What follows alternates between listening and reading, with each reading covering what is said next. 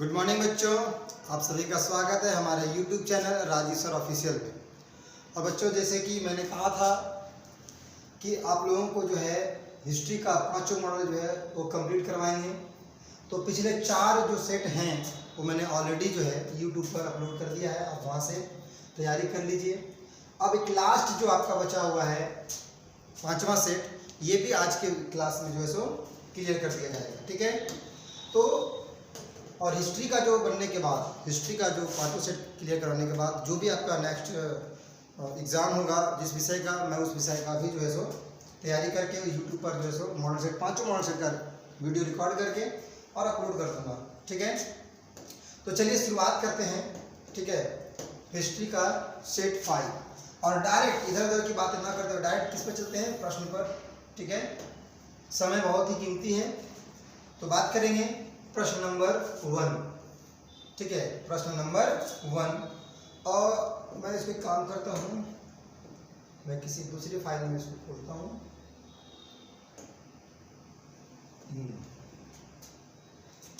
यहाँ ज़्यादा अच्छा रहेगा।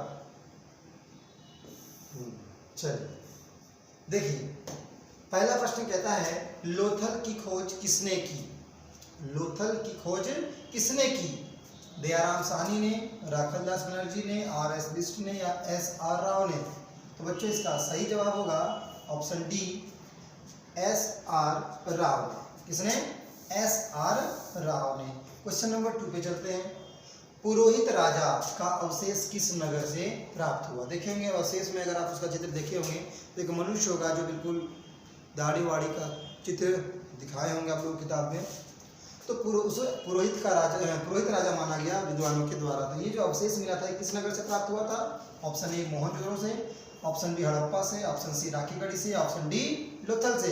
इसका सही जवाब होगा ऑप्शन ए, मोहनजोदड़ो से, जिसे हम लोग कहते हैं दाढ़ी वाले मनुष्य की प्रतिमा, ठीक है ना, उन्हीं को पुरोहित राजा माना गया है। तीसरा प्रश्न कहता है मौर्य साम्राज्य के प्रथम शासक, मौर्य साम्राज्य के प्रथम शासक किसे माना गया, या फिर मौर्य साम्राज्य के प्रथम शासक कौन है? तो मौर्य साम्राज्य के प्रथम शासक कह लो या संस्थापक कह लो, इसका ऑप्शन हो जाएगा कौन सा? सी, चंद्रगुप्त मौर्य। क्वेश्चन 4 पे चलते हैं। लिखता है अर्थशास्त्र के रचयिता कौन थे? मेगास्थनीज, विष्णुगुप्त, विशाखदत्त या फिर हेमचंद्र। तो आप लोगों को तो पता है, पिछले कुछ वीडियो में मैंने बताया था कि अर्थशास्त्र के रचयिता कौन है, कौटिल्य यानी कि चाणक्य। लेकिन कौटिल्य अथवा चाणक्य का एक और नाम है जिसे हम लोग कहते हैं विष्णुगुप्त, ठीक है ना, विष्णुगुप्त। तो अर्थशास्त्र के रचयिता कौन हो गए? विष्णुगुप्त। अब इसमें विष्णुगुप्त नाम आए, कौटिल्य आए या फिर चाणक्य आए, आंसर वही मानिएगा। 5वां प्रश्न में चलते हैं। कहते हैं हड़प्पावासी तांबा कहाँ से प्राप्त करते थे?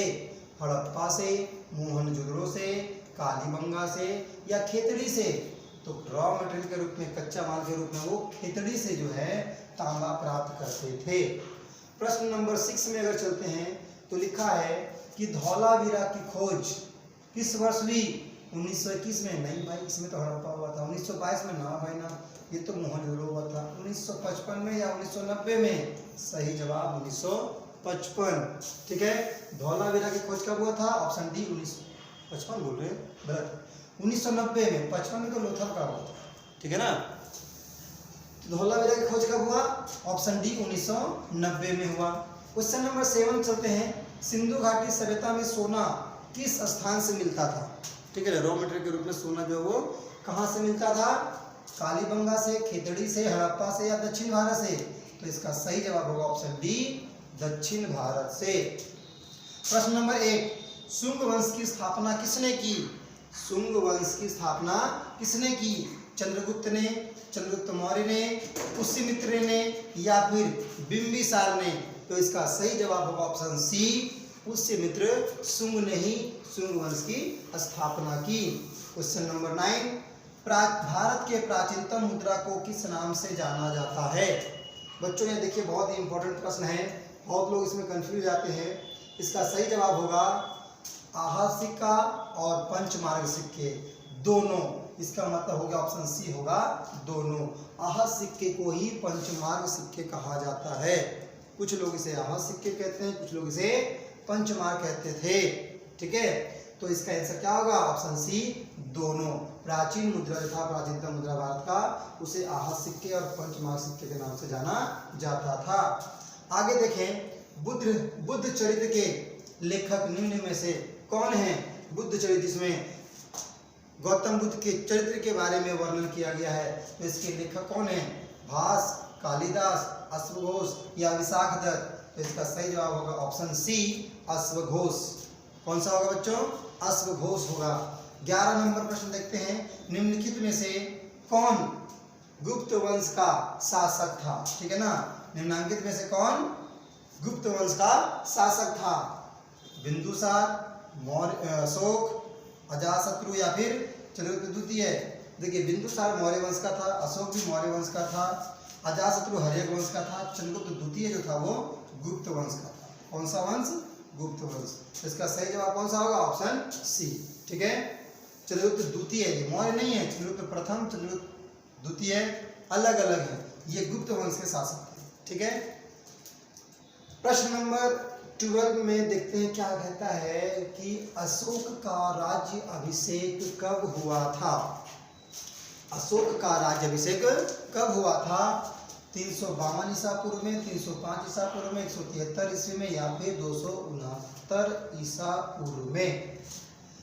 तो ध्यान से देखिए भाई, इसमें तो आपको बता दें, इसका सही जवाब होगा 269 ईसा पूर्व में उनका जो वास्तविक देखा जाए राज्याभिषेक हुआ था। कब? 269 ईसा पूर्व में हुआ था। किसका राज्याभिषेक? अशोक का। प्रश्न नंबर 13 में चलते हैं, सांची का स्तूप किस राज्य में स्थित है? आंध्र प्रदेश, तमिलनाडु, मध्य प्रदेश या इनमें से कोई नहीं? सही जवाब मध्य प्रदेश राज्य में स्थित है। कौन सा? सांची का स्तूप। ठीक है बच्चों, बस आंसर को ध्यान से देखिए, पढ़िए, समझिए, एकदम वेरीफाइड क्वेश्चन आंसर है। ठीक है ना, इसमें कोई जरा सा भी तनिक भी गलती त्रुटि नहीं है। आगे कहता है क्वेश्चन नंबर 14, जातक कथा में किसके पूर्व जन्म की कथाएं संकलित है? बुद्ध, महावीर, जीसस या इनमें से कोई नहीं? इसका सही जवाब होगा बुद्ध। बुद्ध की पूर्व जन्म की कथाएं जो है किसमें लिखा गया है? जातक कथा में लिखा गया, जातक में। प्रश्न नंबर 15 क्या कहता है? बौद्ध जैन धर्म में पूर्ण ज्ञान के लिए क्या शब्द का, किस शब्द का प्रयोग किया जाता है? कह सकते हैं इसको, जो व्यक्ति बहुत ही ज्यादा ज्ञानी होते हैं उसके लिए किस शब्द का प्रयोग किया जाता है? तो निर्वाण, जीन, कैवल्य, त्रिरत्न? इसका सही जवाब होगा सी कैवल्य। जो ज्ञानी पुरुष होते हैं, जिसके पास बहुत ज़्यादा ज्ञान होता है, वैसे ज्ञानी व्यक्ति के लिए, जिनके पास पूर्ण ज्ञान होता है, जैन धर्म में ऐसे व्यक्ति को क्या कहा जाता है? कैवल्य शब्द का प्रयोग किया जाता है। प्रश्न नंबर 16 की अगर बात करें, महावीर के बचपन का नाम क्या था? बहुत ही आसान, वर्धमान, महावीर, राहुल या सिद्धार्थ?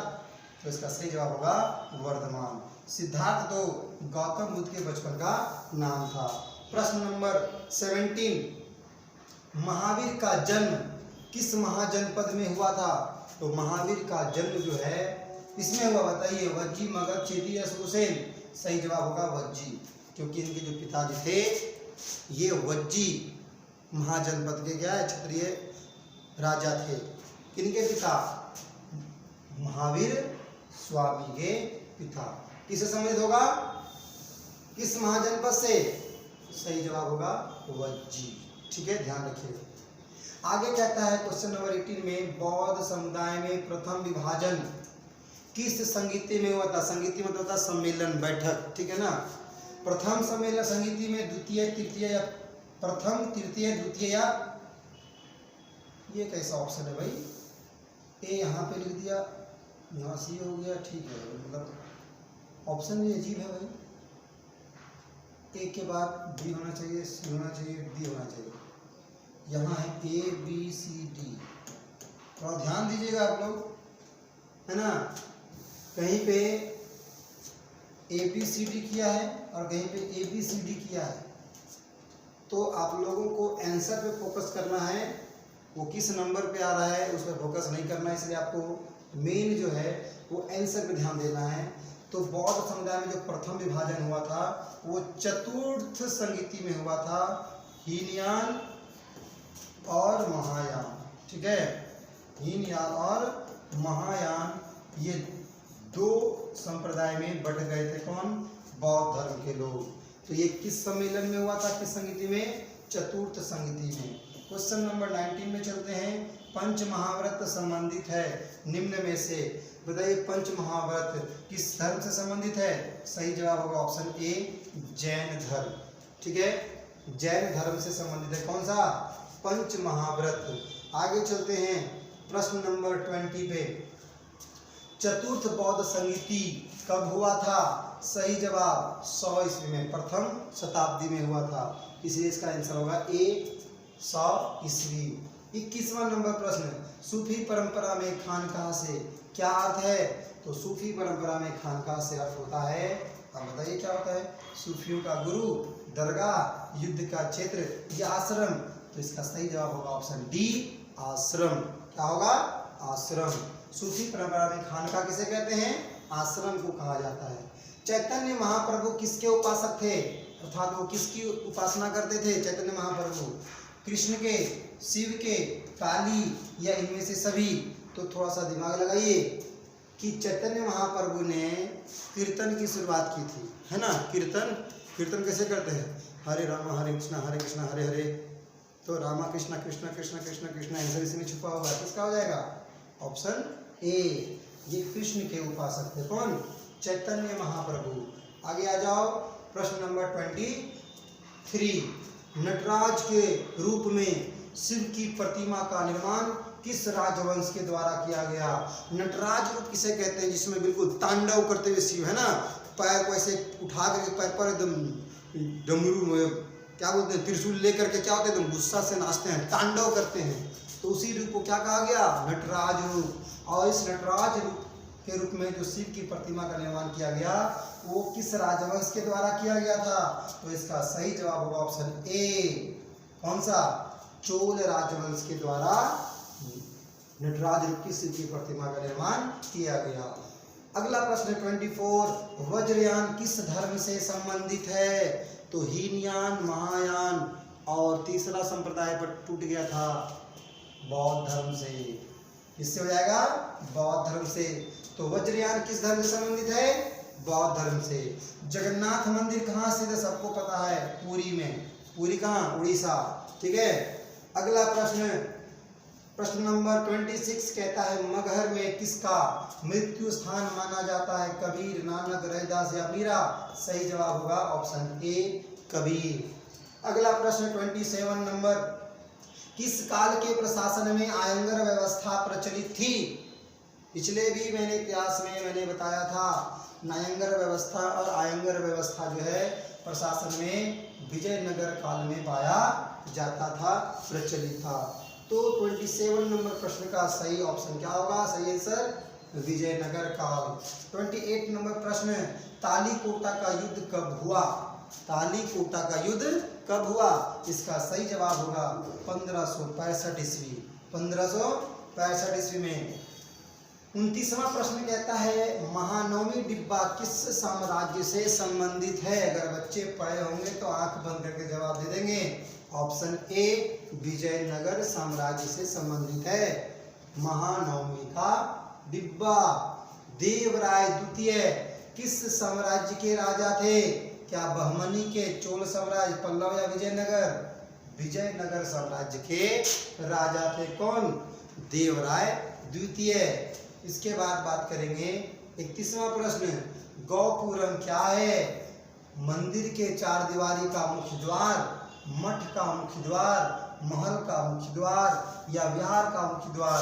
तो कुल मिलाकर के मुख्य द्वार से जुड़ा है, लेकिन किसके? ऑप्शन ए, मंदिर के चार दीवारी के मुख्य द्वार। ठीक है, उसे क्या कहते हैं?